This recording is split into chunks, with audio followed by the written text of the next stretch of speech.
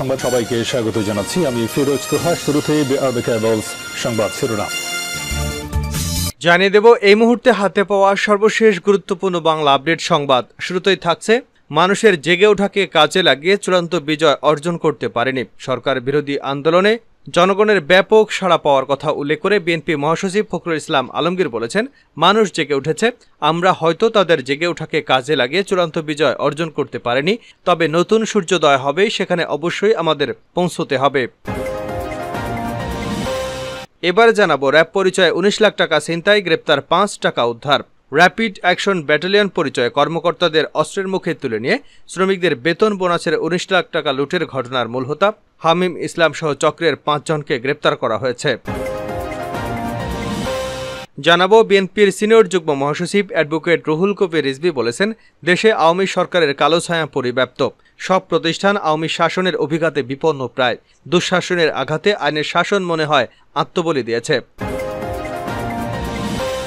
এদিকে চাঁদপুর শহরের পুরান বাজারে আধিপত্য বিস্তার নিয়ে দুপক্ষের সংঘর্ষে আলামিন খান নামের অটোরিকশা চালক নিহত হয়েছেন। পাল্টাপাল্টি হামলায় পুলিশ সহ কমপক্ষে ২০ জন আহত হয়েছেন। গত মঙ্গলবার রাত ১১টা পর্যন্ত পুরান বাজারের পলাশ মোড়ে মিরকার্টিস রোডের নিতাইগঞ্জ রোডে এই সংঘর্ষ হয়। এবারে থাকছে, গ্রাম্য সালিশে মারধরের অভিযোগে মাতব্বরকে হত্যা করতে বিয়েই করেননি সুজাত। এবং সর্বশেষ জানাবো আন্তর্জাতিক সংবাদ, যুক্তরাষ্ট্রের কাছ থেকে স্থায়ী যুদ্ধবিরতি লিখিত গ্যারান্টি চেয়েছে ফিলিস্তিনি প্রতিরোধ আন্দোলন হামাস। বুধবার যুদ্ধবিরতির বিষয়ে মধ্যস্থতাকারী দুটি সূত্র এ তথ্য নিশ্চিত করেছে। এতক্ষণ শিরোনাম শুনছিলেন, এবার বিস্তারিত। প্রিয় দর্শক, আপনি যদি এই চ্যানেলে নতুন হয়ে থাকেন, ভিডিওটি দেখতে দেখতে চ্যানেলটি সাবস্ক্রাইব করে আমাদের সঙ্গে থাকুন। আর এই ভিডিও সম্পর্কে আপনি আপনার মূল্যবান মতামতটি কমেন্ট বক্সে জানিয়ে দিন। আর হ্যাঁ প্রিয় দর্শক, জানিয়ে দিন ভিডিওটি কোথা থেকে দেখছেন। মানুষের জেগে ওঠাকে কাজে লাগিয়ে চূড়ান্ত বিজয় অর্জন করতে পারেনি। সরকার বিরোধী আন্দোলনে জনগণের ব্যাপক সাড়া পাওয়ার কথা উল্লেখ করে বিএনপির মহাসচিব ফখরুল ইসলাম আলমগীর বলেছেন, মানুষ জেগে উঠেছে, আমরা হয়তো তাদের জেগে ওঠাকে কাজে লাগিয়ে চূড়ান্ত বিজয় অর্জন করতে পারিনি, তবে নতুন সূর্যোদয় হবেই, সেখানে অবশ্যই আমাদের পৌঁছতে হবে।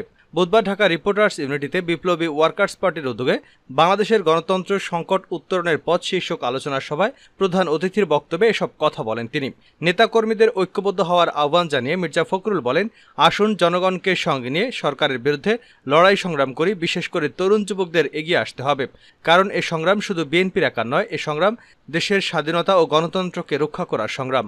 বর্তমান সরকারকে প্রধান শত্রু আখ্যা দিয়ে এ সরকারকে সরিয়ে জনগণের সরকার প্রতিষ্ঠাকেই একমাত্র লক্ষ্য বলে জানিয়েছেন তিনি। বিএনপির মহাসচিব বলেন, এ সরকার দেশের সবকিছু ধ্বংস করে ফেলেছে, আমাদের সুর একটাই, এ সরকারকে সরিয়ে জনগণের সরকার প্রতিষ্ঠা করা। আন্দোলন চলছে, আন্দোলন চলবে, শিগগিরই আমাদের আন্দোলন আরও বেগবান হবে। আমরা সব দল একত্র হতে পেরেছি, কিভাবে এ সরকারকে সরাতে পারি, কিভাবে গণতন্ত্র পুনরুদ্ধার করতে পারি, সেই লক্ষ্যে আমরা সংগ্রাম করছি, যোগ করেন তিনি।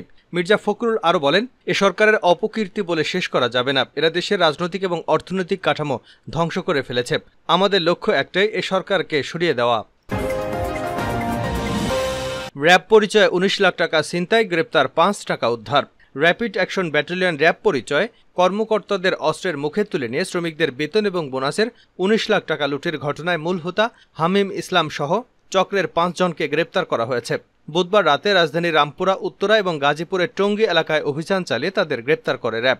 এ সময় তাদের কাছ থেকে ডাকাতিতে ব্যবহারকৃত মাইক্রোবাস, র্যাব লেখা জ্যাকেট, হ্যান্ডকাপ, অন্যান্য সরঞ্জামাদি এবং ছিনতাই করা টাকা উদ্ধার করেছে র্যাব। বিষয়টি নিশ্চিত করে র্যাবের লিগ্যাল অ্যান্ড মিডিয়া উইংয়ের পরিচালক কমান্ডার আরাফাত ইসলাম বলেন, গত ৬ জুন বিকেলে গাজীপুরের শ্রীপুরে অস্ত্রের মুখে কারখানা কর্মকর্তাদের কাছে থাকা শ্রমিকদের বেতন এবং বোনাসের ১৯ লাখ টাকা ছিনিয়ে নেয়। এ ঘটনায় ভুক্তভোগীরা মামলা করেন। মামলার ছায়া তদন্ত করে ডাকাতি তদন্তের মূল হোতা ইমাম ইসলাম সহ চক্রের ৫ সদস্যকে গ্রেপ্তার করা হয়েছে। এ বিষয়ে বৃহস্পতিবার দুপুরে কাউরান বাজার র্যাব মিডিয়া সেন্টারে আয়োজিত সংবাদ সম্মেলনে বিস্তারিত জানানো হবে বলেও জানান র্যাবের এই কর্মকর্তা। দুঃশাসনের আঘাতে আইনের শাসন আত্মবলি দিয়েছে রিজভী। বিএনপির সিনিয়র যুগ্ম মহাসচিব রুহুল কবির রিজভী বলেছেন, দেশে আওয়ামী সরকারের কালো ছায়া পরিব্যাপ্ত, সব প্রতিষ্ঠান আওয়ামী শাসনের অভিঘাতে বিপন্ন, প্রায় দুঃশাসনের আঘাতে আইনের শাসন মনে হয় আত্মবলি দিয়েছে। মঙ্গলবার নয়াপল্টনে দলের কেন্দ্রীয় কার্যালয়ের সংবাদ সম্মেলনে এসব কথা বলেন তিনি। রিজভী বলেন, যুবদলের সাবেক সভাপতি সাইফুল আলম নীরব বারবার জামিন পাওয়ার পরও জেলগেট থেকে বেরোনোর সময় নতুন মামলা দিয়ে তাকে আবারও কারাবন্দী করা হচ্ছে। তিনি বলেন, গত 5 জুন উচ্চতর আদালতে রিট পিটিশন করলে আদালত কোনো ওয়ারেন্ট ছাড়া মামলা না দেওয়ার জন্য আদেশ দিলেও এসব মামলার জামিনপ্রাপ্ত সাইফুল আলম নীরবকে আজও মুক্তি দেওয়া হয়নি। আওয়ামী বাকশালীর শাসনের আক্রমণে পুলিশি সিদ্ধান্ত সর্বোচ্চ মর্যাদা পায়। হাইকোর্টের নির্দেশকে পুলিশ তোয়াক্কা করে না। তিনি আরও বলেন, গত 5 জুন চতুর্থ দফা ডামি উপজেলা নির্বাচন হয়েছে। বিরোধী দলহীন এবং ভোটারশূন্য এ নির্বাচনে নিজেরা প্রতিপক্ষ বানিয়ে একদলীয় উপজেলা নির্বাচন উপভোগ করেছে। উপজেলায় লুটপাট এবং আধিপত্য বিস্তারের জন্য চেয়ারম্যান ভাইস চেয়ারম্যান পদ বাগিয়ে নিতে রক্তস্রোত বইয়ে দেওয়া হয়েছে। বিএনপির এই মুখপাত্র বলেন, আওয়ামী লীগ সংখ্যালঘু গরিব মানুষের ঘরবাড়ি এবং টাকা লুটকারী পুলিশের কিছু কর্মকর্তাদের উপর নির্ভরশীল। তাই ভোটারশূন্য জাতীয় স্থানীয় সরকার নির্বাচন অনুষ্ঠিত করতে ডামি সরকার তাদের গৃহপালিত নির্বাচন কমিশন মোটেও লজ্জিত নয়। সংঘর্ষে যুবক নিহত, পুলিশসহ আহত 20। চাঁদপুর শহরের পুরান বাজারে আধিপত্য বিস্তার নিয়ে দুপক্ষের সংঘর্ষে আলামিন খান নামের অটোরিকশা চালক নিহত হয়েছেন। পাল্টাপাল্টি হামলায় পুলিশসহ কমপক্ষে 20 জন আহত হয়েছেন। গত মঙ্গলবার রাত 11টা পর্যন্ত পুরান বাজারে পলাশের মোড়, মিরকাটিজ রোড, নিতাইগঞ্জ রোডে এ সংঘর্ষ হয়েছে। নিহত আলামিন খান পুরান বাজার এলাকার স্থায়ী ওয়ার্ড আওয়ামী লীগ নেতা আব্দুল মজিদ খান ডেঙ্গুর ছেলে। স্থানীয়রা জানান, কিছুদিন আগে পুরান বাজার মিরকাটিজ রোডে রনি নামে এক কিশোরের সঙ্গে নিতাইগঞ্জ রোডের জুয়েল নামে কিশোরের হাতাহাতির ঘটনা ঘটে। এই ঘটনার জেরে গত মঙ্গলবার সন্ধ্যায় নিতাইগঞ্জ রোডে যুবকদের সঙ্গে মিরকাটিজ রোডে এলাকায় যুবকদের সংঘর্ষ শুরু হয়। উভয় পক্ষ ইটপাটকেল নিক্ষেপ এবং ককটেল বিস্ফোরণ ঘটায়। পরিস্থিতি নিয়ন্ত্রণে আনতে পুলিশ কয়েক রাউন্ড গুলি এবং টিয়ার গ্যাস নিক্ষেপ করে। নিহত আলামিনের স্ত্রী বলেন, রাতে খাওয়া দাওয়া করে আমার স্বামী গেট আটকাতে বাইরে গিয়েছিলেন। এ সময় বাইরে মারামারি দেখে রাস্তায় যাওয়ার পর আমার স্বামীকে হত্যা করেছে। আমার বাচ্চাদের কি হবে? মজিদ খান ডেঙ্গু আরও বলেন, আমার ছেলেকে গুলি করে মেরেছে। কার গুলিতে মারা গেছে তা শনাক্ত করতে দ্রুত বিচারের দাবি জানাচ্ছি। এ ঘটনার পর পুরান বাজার এলাকায় থমথমে অবস্থা বিরাজ করছে। পরিস্থিতি নিয়ন্ত্রণে রাখতে আইনশৃঙ্খলা বাহিনীর অতিরিক্ত সদস্যরা সেখানে টহল দিচ্ছেন। চাঁদপুর জেনারেল হাসপাতালের জরুরি বিভাগের চিকিৎসক ওমর ফারুক জানান, আলামী নামে এক ব্যক্তিকে মৃত অবস্থায় হাসপাতালে আনা হয়েছে। তার মাথার ডান পাশে গুলির আঘাত রয়েছে। ধারণা করা হচ্ছে গুলির আঘাতেই তার মৃত্যু হয়েছে। যুক্তরাষ্ট্রের কাছ থেকে স্থায়ী যুদ্ধবিরতি লিখিত গ্যারান্টি চায় হামাস। যুক্তরাষ্ট্রের কাছে স্থায়ী যুদ্ধবিরতি লিখিত গ্যারান্টি চেয়েছে ফিলিস্তিনি প্রতিরোধ আন্দোলন হামাস। বুধবার যুদ্ধবিরতির বিষয়ে মধ্যস্থকারী দুটি সূত্রে তথ্য নিশ্চিত করেছে। মঙ্গলবার চলমান গাজা যুদ্ধ অবসানের জন্য পর্যায়ক্রমে যুদ্ধবিরতির পরিকল্পনা সম্পর্কে প্রতিক্রিয়া জানিয়েছে হামাস। দলটি জানিয়েছে, মার্কিন প্রেসিডেন্ট যুদ্ধবিরতির যে প্রস্তাব দিয়েছে তা মেনে অগ্রসর হলে ইসরায়েল যে অস্থায়ী যুদ্ধবিরতিতে সম্মত হবে সে বিষয়ে যুক্তরাষ্ট্রকে লিখিত গ্যারান্টি দিতে হবে।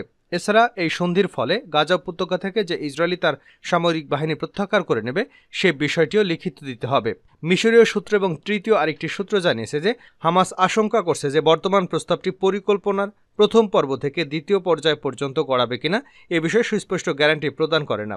অথচ দ্বিতীয় পর্যায়ে রয়েছে 6 সপ্তাহের যুদ্ধবিরতি এবং কিছু বন্দি বিনিময়। এছাড়া এর মধ্য দিয়ে পৌঁছানো হবে স্থায়ী যুদ্ধবিরতিতে এবং ইসরায়েলি বাহিনীর প্রত্যাহার পর্যন্ত। সেজন্য হামাস লিখিত গ্যারান্টি চায়। পরিকল্পনাটি মে মাসের শেষের দিকে মার্কিন প্রেসিডেন্ট জো বাইডেনের প্রস্তাব করেছিলেন। এতে গাজায় বন্দী ইসরায়েলিদের ক্রমান্বয়ে মুক্তি এবং 2 ধাপে ইসরায়েলি বাহিনীর প্রত্যাহার, একই সাথে ফিলিস্তিনি বন্দীদের মুক্তি, গাজা পুনর্গঠন এবং তৃতীয় ধাপে মৃত বন্দীদের দেহাবশেষ ফিরিয়ে আনা অন্তর্ভুক্ত রয়েছে। যুক্তরাষ্ট্র জানিয়েছে, ইসরায়েল এই প্রস্তাব গ্রহণ করেছে, তবে ইসরায়েল প্রকাশ্যে একথা জানায়নি।